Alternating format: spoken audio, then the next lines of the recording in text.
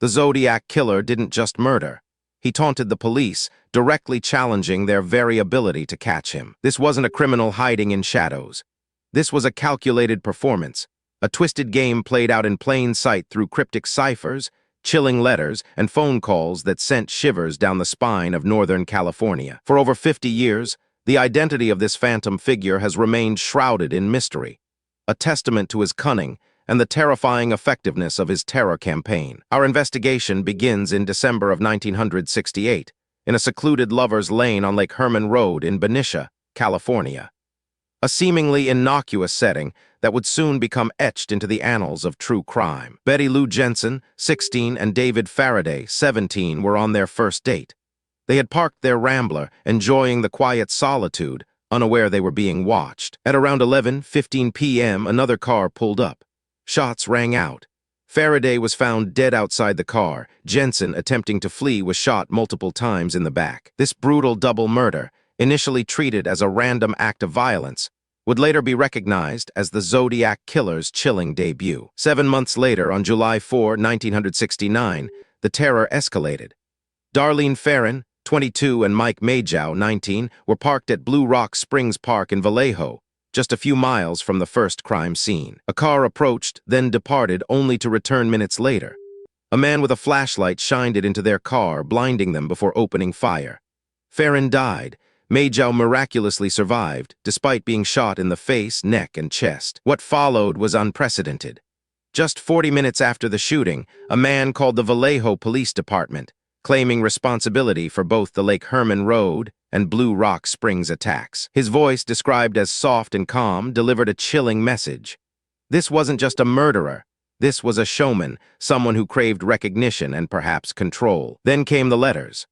On August 1, 1969, 3 separate newspapers, the Vallejo Times-Herald, the San Francisco Chronicle, and the San Francisco Examiner, each received identical typewritten letters. The author claimed responsibility for the 2 double murders and, crucially, included a cipher. He demanded the letters be published on the front page, threatening more murders if they weren't. The newspapers complied, and the public was introduced to the Zodiac. The first cipher, known as the 408-symbol cipher, was quickly broken by a schoolteacher and his wife. The decoded message revealed a rambling, ego-driven confession, but ominously, no name. The killer stated his intention to collect slaves for the afterlife. On September 27, 1969, the Zodiac struck again. Brian Hartnell, 20, and Cecilia Shepard, 22, were picnicking at Lake Berryessa in Napa County. A man approached them, wearing a black hood with a white cross-circle symbol. He tied them up, then stabbed them repeatedly with a hunting knife. Shepard died days later. Hartnell survived, providing a detailed description of the attacker's bizarre costume. An hour after this attack, a call came into the Napa County Sheriff's Office. The caller, claiming to be the Zodiac, gave precise details of the crime, including the victim's car details. The terror continued on October 11, 1969, in San Francisco. Taxi driver Paul Stein, 29, was shot in the head at point-blank range after picking up a fare.